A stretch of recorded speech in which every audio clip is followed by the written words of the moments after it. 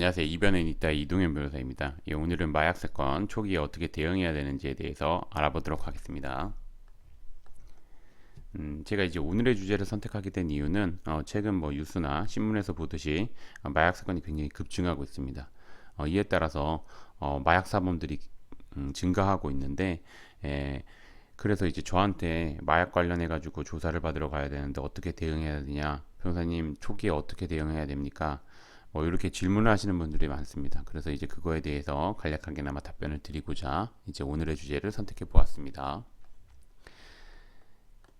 그래서 이제 뭐 보시면, 우선은 수사기관에서 가서 제일 먼저 판단을 해야 되는 게 자백을 해야 될지 부인을 해야 될지 판단을 하셔야 됩니다.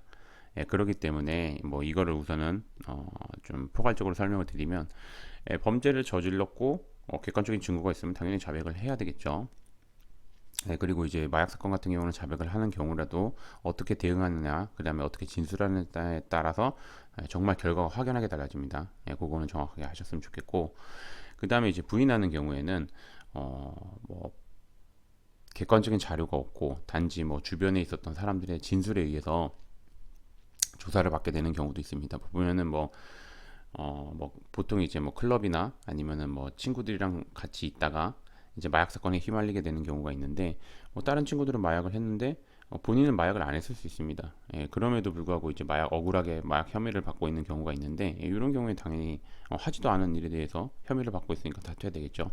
다만 부인하는 경우에도 이제 뭐 무작정 부인해서, 그리고 이제 뭐 감정적으로 부인해서 뭐 이러면 절대 안 되고, 그래도 이제 그 주장을 부인하는 주장을 뒷받침할 수 있는 객관적인 자료를 바탕으로 해가지고 합리적이고 법률적인 관점에서 주장해야 된다는 점, 이런 거 꼭 아셨으면 좋겠습니다. 그래서 이제 뭐 하나하나 정리를 한번 해보면, 수사기관은 마약 사건이 문제가 된 경우 계좌 이체 내역, 공범자의 진술, 이런 객관적인 자료를 바탕으로 조사합니다.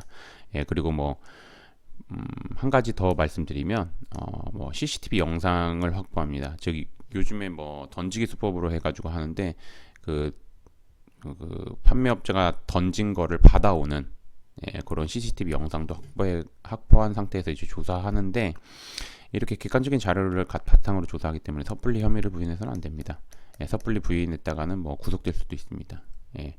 그렇게 아셔야 되고, 따라서 마약 범죄 혐의를 받고 있다면 우선 수사기관에서 확보하고 있는 자료를 정확하게 파악한 뒤 진행 방향을 설정해야 됩니다. 제가 앞서 포괄적으로 설명했듯이 수사기관에서 명백한 자료를 확보하고 있고, 그 다음에 이제 뭐 내가 실제 범죄를 저질렀으면 당연히 혐의를 인정하는 방향으로 수사기관에서 명확한 자료를 확보하지 않고 있고 억울하게 혐의를 받고 있는 경우에는 당연히 부인하는 취지로 이렇게 설정을 해야 됩니다. 특히 하지도 않는 범죄 사실에 대해서 억울하게 범죄 혐의를 갖고 있는 경우 무작정 혐의를 부인하거나 혹은 선처를 해준다는 말에 현혹되어 혐의를 인정해서는 안 됩니다. 즉, 요거에 대해서 간략하게 설명을 드리면, 이제 마약 사건 같은 경우는 이제 수사기관에서 경찰에서 조사를 할 때 수사관님들이 그렇습니다. 뭐 그렇게 얘기하는 경우가 종종 있습니다. 뭐 이거 어차피 뭐 혐의 인정해야지, 기소유예라도 받을 수 있다, 아니면 선처라도 받을 수 있다, 혐의 인정해라, 뭐 혐의 인정하면 되는데 왜 부인하냐 라고 하는 경우가 있습니다. 근데 이제 수사관님들, 특히나 이제 경찰분들은 칼자루를 뭐 판단에 대한 칼자루를 쥐고 있는 분들은 아닙니다. 검사님이나 기소유예를 주는 거는 검사님이고, 그 다음에 이제 뭐 가벼운 형을 주는 거는 판사님입니다. 그렇기 때문에 이런 말에 현혹돼 가지고 하지도 않은 일에 대해서는 혐의를 인정해서는 안 됩니다. 뭐 이렇게 하시면 되고, 이 경우 마약 검사 결과 주변 사람들의 진술 등을 바탕으로 법률적인 관점에서 마약 범죄를 저지른 사실이 전혀 없다는 점을 합리적으로 주장해야 됩니다. 마약 검사 같은 결과 같은 경우 당연히 하지도 않고 억울하게 혐의를 받고 있는 경우에는 음성이 나오겠죠. 음성이 나오니까 뭐 그런 거 바탕으로 해가지고 합리적으로 주장을 해야 됩니다. 그렇게 하시면 되고, 이 마약 검사 결과 관련돼 가지고는 제가 어제 영상에 올려놨으니까 이건 한번 확인해 보시면 될 것 같습니다. 또한 마약 사건의 혐의를 인정한다고 하더라도 제가 아까도 말씀드렸듯이 초기에 어떻게 진술하느냐에 따라서 결과가 확연하게 달라집니다. 그렇기 때문에 아는 범위 내에서 상세하게 진술해야 됩니다. 그리고 이제 뭐 수사에 적극적으로 임했고 수사에 뭐 도움을 줬다 이러면은 이제 굉장히 유리한 양형 자료이기 때문에 그런 거는 정확히 하셨으면 좋겠습니다. 그 다음에 이제 보시면 마약 검사 결과가 나왔다면 가면은 이제 보통은 이제 첫 조사를 가거나 아니면은 이제 마약 검사 결과를 따로, 그러니까 마약 검사 소변 및 모발 검사를 하러 따로 나오라 하는 경우도 있는데, 일반적으로는 이제 첫 조사를 가가지고 이제 마약 그 소변 및 모발 검사를 하고 그 다음에 소변 검사는 바로 나오는데 모발 검사 같은 경우는 이제 좀 시간이 걸립니다. 그래서 이제 그렇게 아시면 되고, 그래서 이제 마약 양성 반응이 나왔다면 양성 반응이 나왔다면 당연히 마약을 한 거겠죠. 소변 및 모발 검사에서 마약 양성 반응이 나온 경우 혐의를 모두 인정하고 수사에 적극적으로 임하는 한편 반성문, 탄원서, 정신과 진료 내역서, 단약서, 약서 등 다양한 자형 자료를 준비한 뒤 이를 바탕으로 재범의 위험성이 전혀 없다는 점을 적극적으로 주장해야 됩니다. 법원 수사기관은 마약에서 마약 사건에서 형을 정할 때 가장 중점적으로 보는 것이 재범의 위험성이기 때문입니다. 그래서 제가 요거 관련해 가지고 좀 설명을 드리면, 마약 사건에서 문제가 된 경우, 특히나 투약에서 문제가 된 경우는 재범의 위험성이 가장 중요합니다. 즉 재범의 위험성이 없다는 것을 보여주면 선처를 받을 수 있습니다. 그런데 그거를 입증할 수 있는, 당연히 모든 분들은 다 그렇습니다. 저 다시는 안 그럴 건데요. 다시는 안 그럴 건데요가 아니라, 그렇게 말로만 하는 게 아니라 그 재범 위험성이 없다는 점을 직접 보여주셔야 됩니다. 그거 보여줄 수 있는 방법이 뭐냐? 꾸준하게 반성문 작성하셔야 되고, 정신과 이런 데 꾸준하게 방문하셔야 되고, 단약서에서도 쓰시고, 그 다음에 마약 치료센터 이런 데 방문하셔가지고 치료도 받고, 이런 거를 이제 이런 객관적인 자료가 뒷받침되어야지 되는 겁니다. 그건 아셨으면 좋겠고, 그 다음에 이제 마약 음성 반응이 나왔다면 당연히 하지 않은 거겠죠. 그러면 이제 그 음성 반응이 나온 것뿐만 아니라 주변 사람들의 진술, 그 다음에 계좌이체 내역 이런 것들 여러 객관적인 자료를 바탕으로 억울하게 마약 범죄 혐의를 받고 있다는 사실을 적극적으로 어필해야 합니다. 그러나 요 계좌이체 내역은 뭐냐면, 이제 여기서 제가 말씀드리는 거는 이제 친구한테 보통 이제 마약 살 때 혼자 사는 경우도 있는데, 여러 명이서 이제 같이 살다 보니까 서로 이제 계좌를 주고받은 것이 있습니다. 친구들 사이에 같이 이제 마약을 하거나 그런 사람 하는 사람들끼리 계좌가 왔다 갔다, 그러니까 돈이 왔다 갔다 하는데 그런 내역이 없다는 거를 바탕으로 난 그런 돈이 왔다 갔다 한 적이 없어요. 그러니까 저는 마약을 산 사실이 없어요. 그리고 음성도 나왔어요. 그러니까 저는 마약한 사실이 없어요라고 이제 주장하는 거에서 계좌이체 내역을 사용하는 겁니다. 그러나 마약 음성 반응이 나왔다고 하더라도 공범자의 진술 같은 경우는 여러분들이 아실 수도 있고 모르실 수도 있는데, 자백 배제 번칙이라 해가지고 내가 자백하는데 객관적인 사실이 없으면 이제 그거에 대해서 처벌할 수 없지만, 공범자의 진술은 그 객관적인 자료를 보고 있습니다. 그래서 내가 자백을 하고 공범자의 진술이 있으면 혐의가 인정되는 겁니다. 근데 이제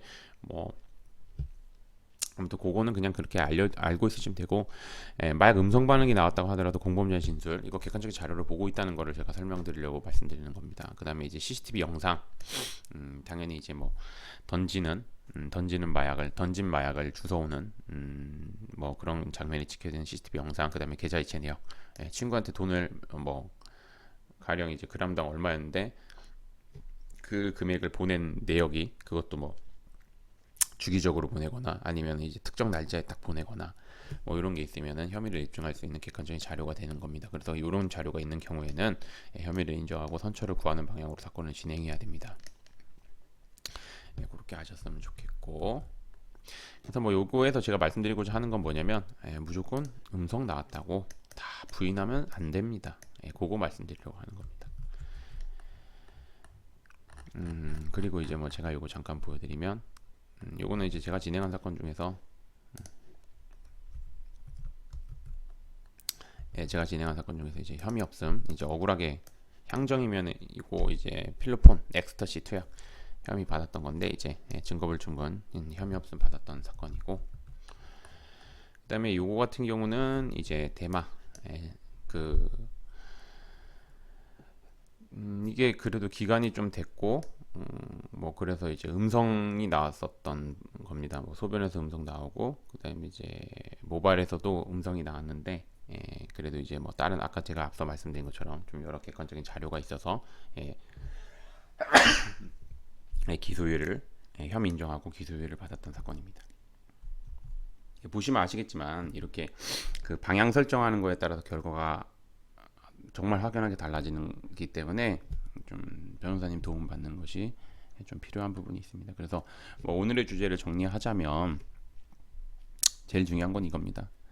마약 사건은 초기에 어떻게 대응하느냐에 따라서 결과가 정말 달라집니다. 이거는 뭐